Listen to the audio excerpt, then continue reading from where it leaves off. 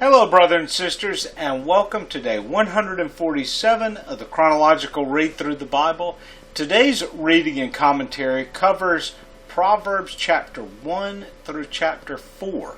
Now, I'm going to say right off, covering the Proverbs is going to be a little bit of a challenge because they are really just a combination of sayings, of the words of King Solomon.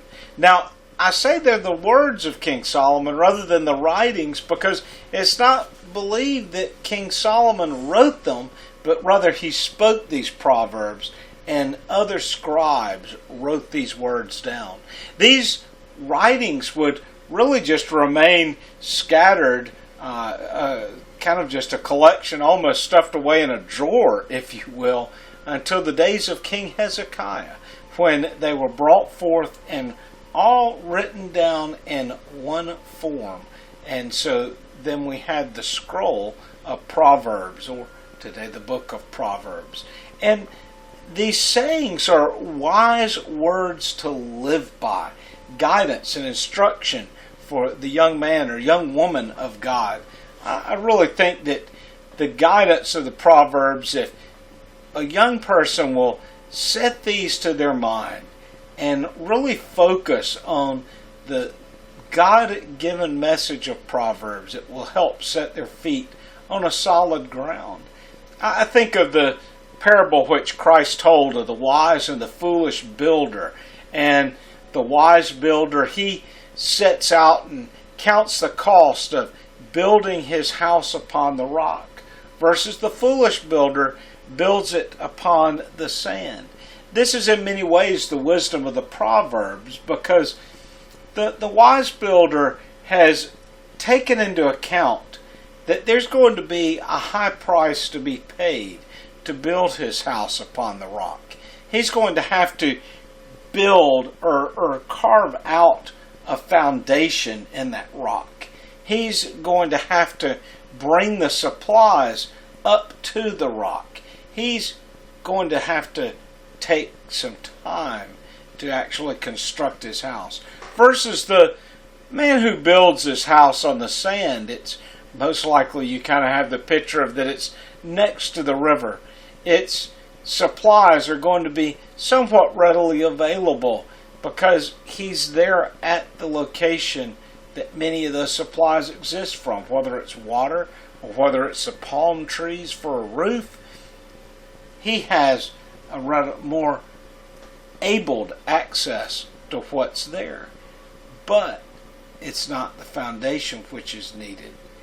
So, of the two builders, we know that one structure, we're told in Scripture, will last and will stand the testing of time, whereas the other will eventually collapse. It will fall apart because it cannot withstand the changing of the course of the river, or the flooding of the river, or can't withstand the elements of life.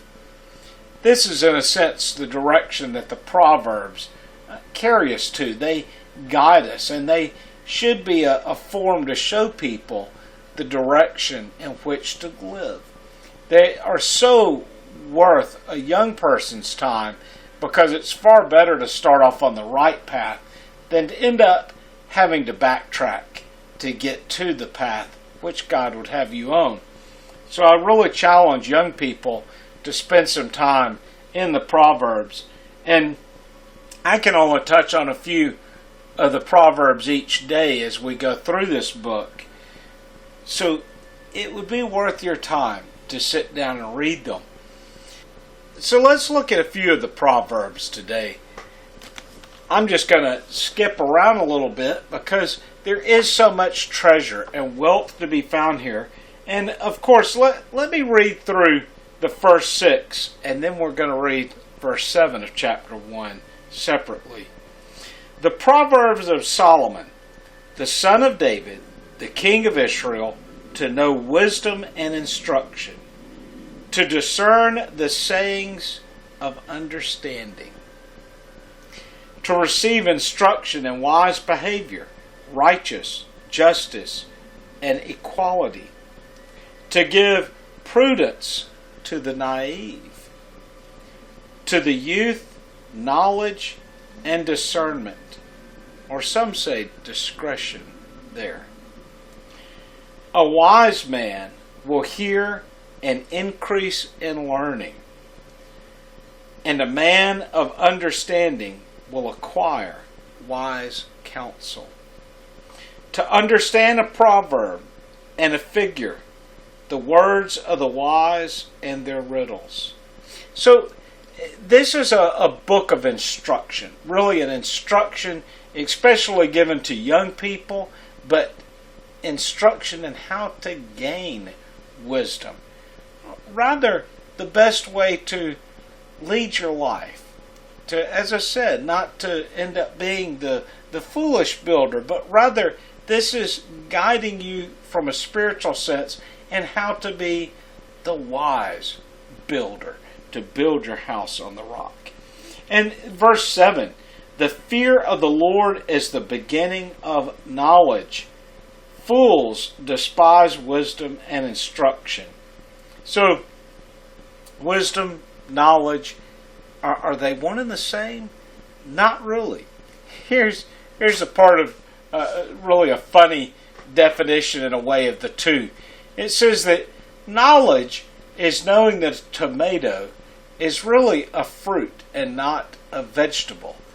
But wisdom is knowing not to include the tomato in your fruit salad. So that's sort of the difference here between knowledge and wisdom. But it does tell us in this version, this is in your American Standard, where some versions say, fear of the Lord is the beginning of wisdom. This says, fear of the Lord is the beginning of knowledge. And we do gain our knowledge in having a healthy fear, a healthy respect of the Lord.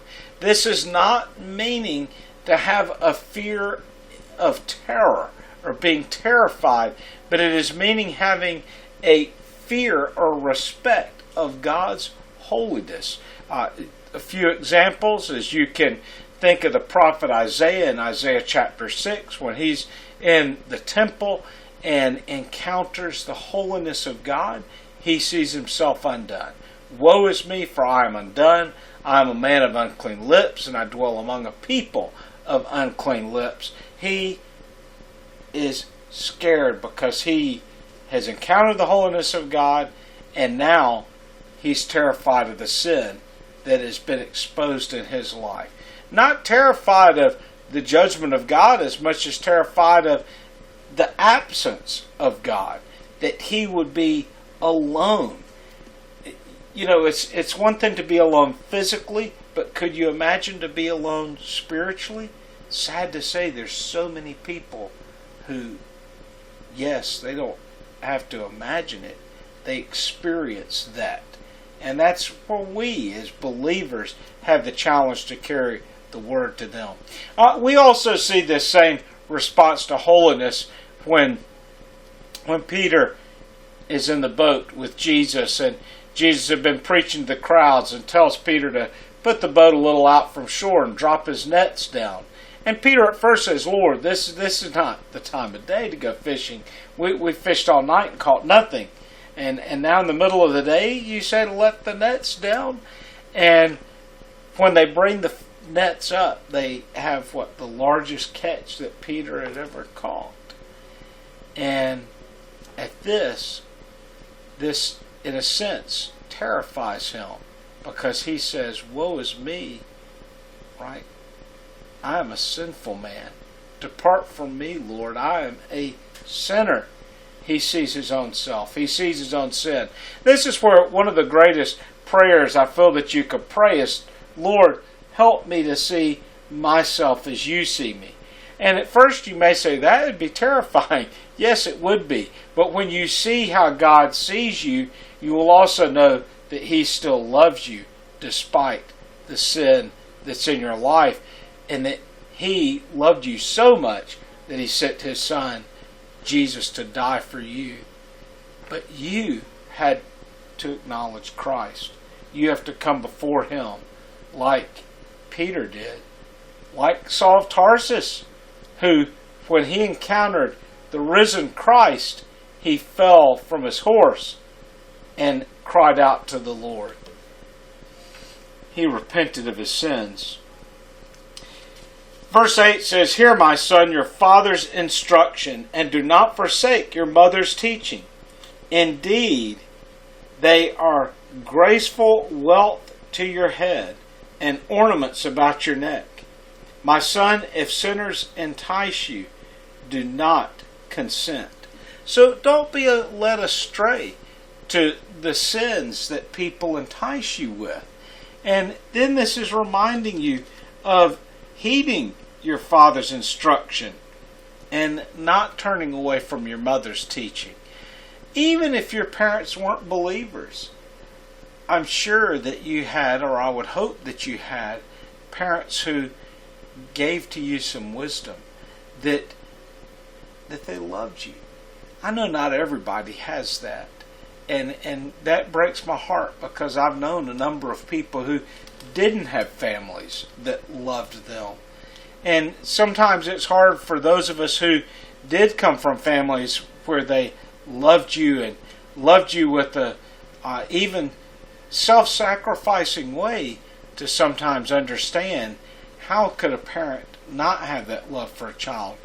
But I always say this because some are quick to say that people are slow to come to God as a father because of the way that their earthly fathers treated them. But then if you know how your earthly father should have treated you, or how you would like to have been treated by him, know that those are the things that you find in the arms of God. That he is the perfect father. He is the benchmark from which all other parents should have set their standard, because God is perfect.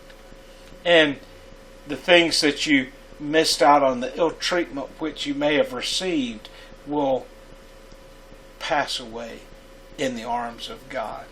And this is how Solomon can write these words of wisdom, because it's not that David was a perfect father, but Solomon at this point knows the wisdom of what a perfect father would be like. And again, don't allow others to entice you, to draw you away into sin. Brothers and sisters, as you go through, there's just one proverb after another, one wise saying after another. And there's so many even for me to just touch on today. But I want to encourage you to spend some time going over the Proverbs. Even notice as you go through them each day, the ones that stand out to you the most. And ask yourself, is this one that I should memorize? Try to take at least one or two Proverbs each day as you go through these readings, and set them aside as a proverb that you feel that you need in your life at this time, and ones that will be beneficial to you. It's like in Proverbs chapter 3, verse 3, it says, "Do not let kindness and truth leave you. Bind them around your neck. Write them on the tablet of your heart." Make sure that you're being kind. That's a good saying to live by. But this is full of so many words of wisdom. And especially if you're a young person, I would encourage you to spend time in the book of Proverbs, even beyond our chronological read, because you will find a treasure here. And you want to learn to be a wise person? Commit these words to your heart and walk in them in your pathway. Well, brothers and sisters, I do hope that your day's going well. I look forward to going through some of these Proverbs with you. But as I say, it's going to be a bit of a challenge each day, and knowing which ones to highlight and which ones to leave for your own reading. But I do hope and pray that you'll spend a little time in the book of Proverbs for yourself. Well, till tomorrow, God bless.